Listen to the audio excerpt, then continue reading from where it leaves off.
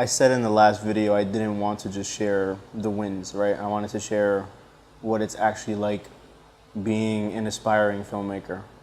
Anybody who's in this and who's really in it knows that this is a hard life.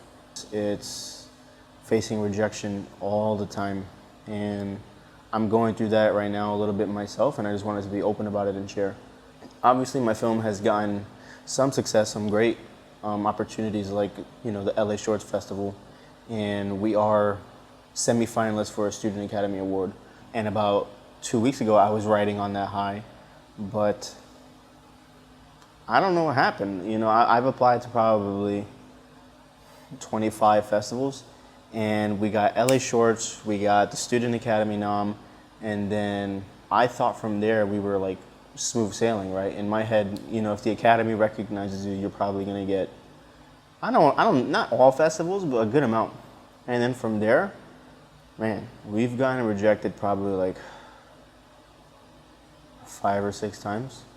And I've just been in this mood of like, what the fuck? Film is such a difficult thing, man, because once the project is done, there's nothing you can do. And you just gotta accept at that time in your life, you did the best that you could. Or, hopefully you did the best that you could. I've had some projects where I look back and think, I definitely took a short step here and there. But with Irma, my thesis film, honestly, it's probably the only project in my life I feel I can truly say that I left nothing on the table. Like, I wanted every aspect of Irma to be as disciplined and prepared and planned as possible. Because what I've learned from my previous experiences directing is your film is a sum of how well you performed in all the days of pre-production, production, and post-production. It's all these little steps and days and hours and seconds of activity. And I think the best film comes out of, did you maximize each one of these little steps?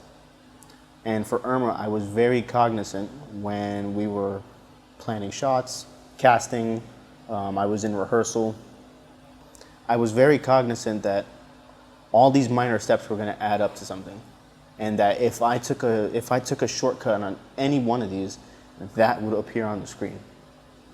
And so Irma was my life for it still is. And so getting rejected from these festivals, it's not coming from a lack of effort. It's just, it wasn't your day when they were making that selection process.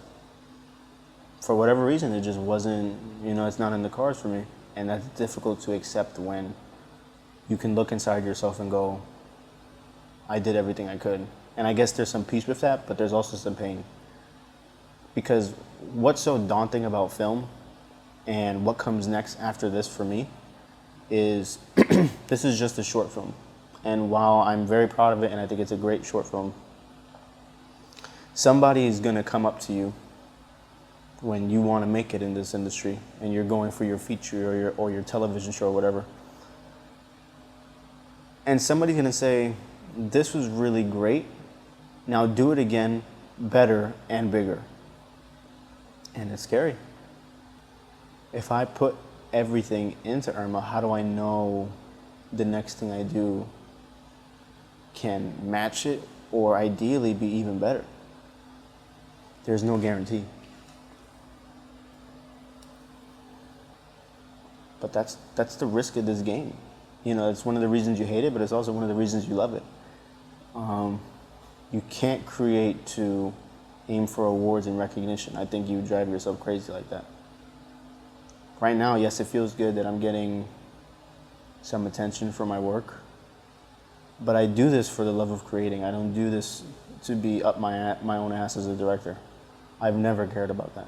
I only want to do what I love to do and make an impact on people and ideally get paid for it.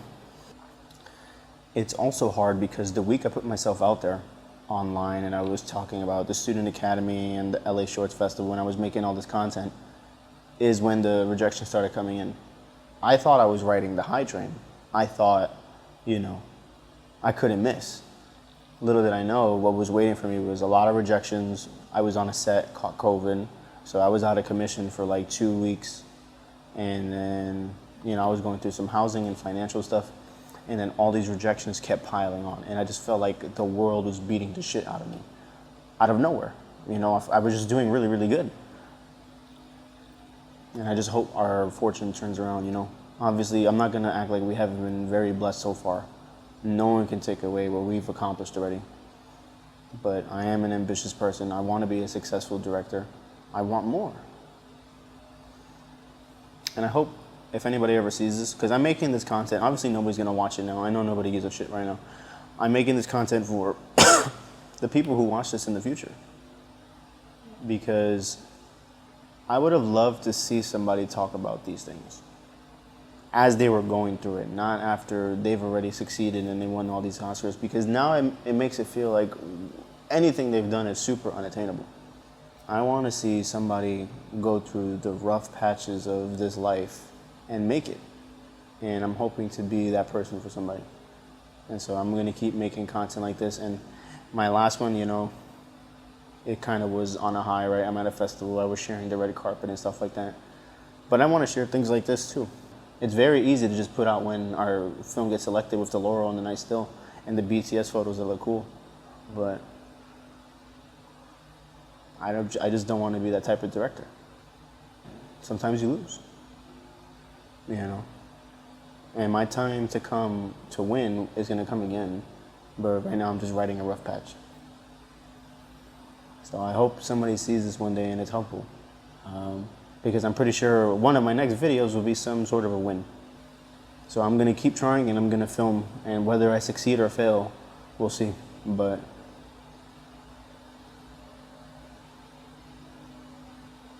yeah, no, I really hope we win.